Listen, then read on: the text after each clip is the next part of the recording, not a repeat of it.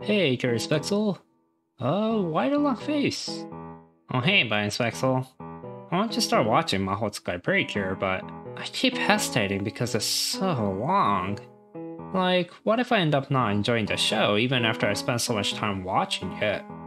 Well, you could just start watching the show and stop when you realize it's not your cup of tea. But what if I stop before it gets good? Yeah, I mean, I understand your concern. Annual shows are really long and it can be daunting if you're not used to watching them. And because these shows have so many episodes, the quality of the story sometimes changes throughout its run. Well, do you want me to teach you a... what the heck do you mean by that? Oh, it's quite simple actually. When did you change into that ninja outfit? Oh, never mind that. With my forbidden technique, I'll tell you 2 episodes that contain minor spoilers and will give you a good taste of the show. If you really like those 2 episodes, then I think you'll enjoy the rest of the series, and so you should just start watching it from the beginning. If you really don't like them, then the show is not for you, and you can just stop right there. It does sound tempting, but what if I don't enjoy those 2 episodes, but I'm curious enough to find out what happens? Then I could tell you 4 more episodes that contain major spoilers. By watching only 6 episodes in total, you'll get an idea of what the story is mostly about while understanding how it was told. But remember, I don't recommend watching the show like this. I only want to help you figure out if the show is right for you or not, and to help you understand the show with the minimal amount of time necessary. Okay, well, it sounds like a good deal. I suppose you could teach me this so-called forbidden technique then. Alrighty, get into your ninja suit and let's get started! Do I really need a ninja suit? Yes! Okay, well, whatever you say. First of all, let's recap what Mahotsukai Precure is about. The story is mostly about Mirai Asahina, an ordinary middle school girl, and Riko, a young witch from an alternate dimension known as the Magic World. The 2 coincidentally meet and gain the power to transform into Precure when they were being attacked by familiars of the evil wizard Dorcroxy. The 2 girls travel between the Magic World and our world, the Magicless World, in order to find the legendary gemstone called the Linko Stone Emerald, which Dorcroxy and his familiars are also after. And that's pretty much how the story starts. Yes? Alrighty, let's move on to the sampler episodes. The first of the 2 sampler episodes that I recommend is episode 5, Misunderstanding on the Island of Ice, Friendship Tied by Magic. The context behind this episode is that, in the Magic World, Riko and the 3 other students from the Magic School need to pass supplemental classes in order to move on to the next grade. Mirai is also taking the classes as if she's a foreign exchange student. Normally, people from the Magicless World are not allowed in the Magic World, but the principal of the Magic School allowed Mirai to stay temporarily while her school is on spring break. I see. So why did you choose this episode? I consider episode 5 to be important because this is when Mirai and Riko deepen their bond and finally become friends instead of being friendly acquaintances. Not only is it narratively important, the episode also showcases some adventurous magical elements of the Magic World and contains several recurring characters such as the principal, Isaac the teacher, and the 3 other Magic School students, Emily, Kay, and Jun. I think you'll get a good idea what kind of story events will unfold while the girls are in the Magic World. Let's move on to the next sampler, which is episode 12, Star Sky and Mirai's Reminiscence. The context behind this episode is that Riko has managed to pass all of her supplemental classes, and Mirai had to go back to the Magicless World in episode 9. The principal of the Magic School detected the Linko Stone's energy in the Magicless World, and Riko transferred to Mirai's middle school to search for the stone.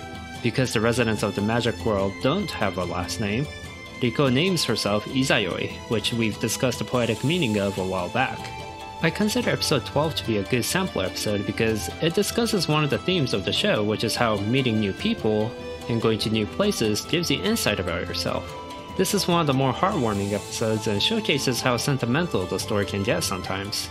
Also, many recurring side characters from the Magicless World appear, such as Mirai's family and the students from Mirai's middle school. I see, so episode 5 is more adventurous and it takes place in the Magic World, while episode 12 is more sentimental and it takes place in the magicless world. Yup. I do want to let you know that episodes 5 and 12 are slightly more serious than the usual because they're narratively important. Many of the other episodes are a bit more sillier and lighthearted. Oh, and by the way, in Mahoutsukai Precure, the Precures gain different forms called styles throughout the show. But in episodes 5 and 12, the only style that appears coincidentally is the Ruby style, which they acquired in episode 3. By episode 12, the girls have acquired the Diamond style, which is the default style, Sapphire style in episode 7, and Topaz style in episode 11. Anyways, you want to give these sampler episodes a try first before we move on? Is it okay if you just tell me the other 4 episodes? I really don't mind if I get any spoilers. Fine, I respect your decision. Let's get into the episodes with the major spoilers then. The first one is episode 23, We'll Always Be Friends. Welcome back, Hachan.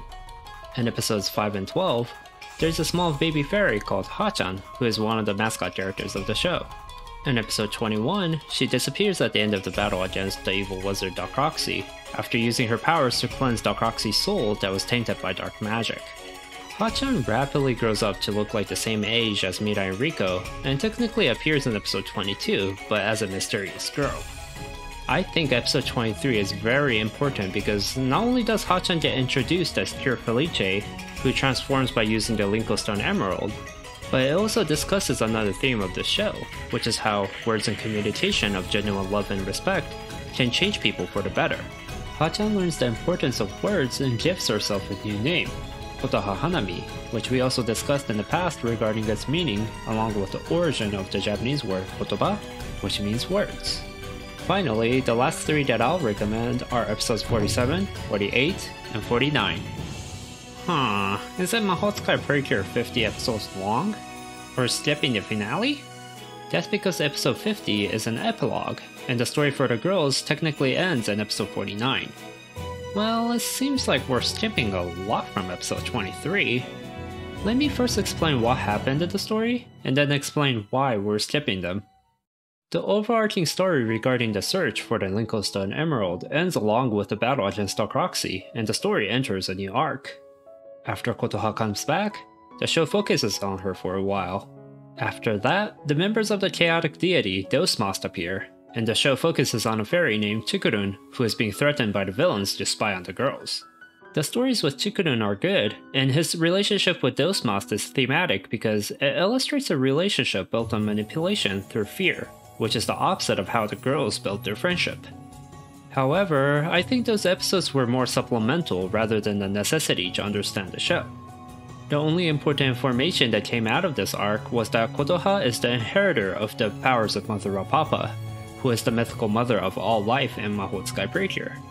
This explains why Kotoha is such a powerful magic user. Also, in episode 29, they gained an item called Rainbow Carriage, which gave them their strongest final attack form, the Alexandrite style, in episode 31. Going back to the 3 episodes, I don't think I need to say much about them, because as long as you understand the story that I've explained thus far, you should be able to enjoy them as they are. I don't want to hype it up or anything, but I really hope you enjoy episode 49 as much as I did. I got really teary watching it, and it's one of the reasons why I can't just dismiss Mahoutsukai Precure as a simple, silly show. Okay, I think I understand which episodes to watch. Yeah, let me know what you thought about Mahoutsukai Precure regardless of whether you use this forbidden technique or not. Sure thing. Okay, Bias Pixel, I'll get started on the show then. I'll see you soon, take care. You too, I hope you enjoyed the show. See ya!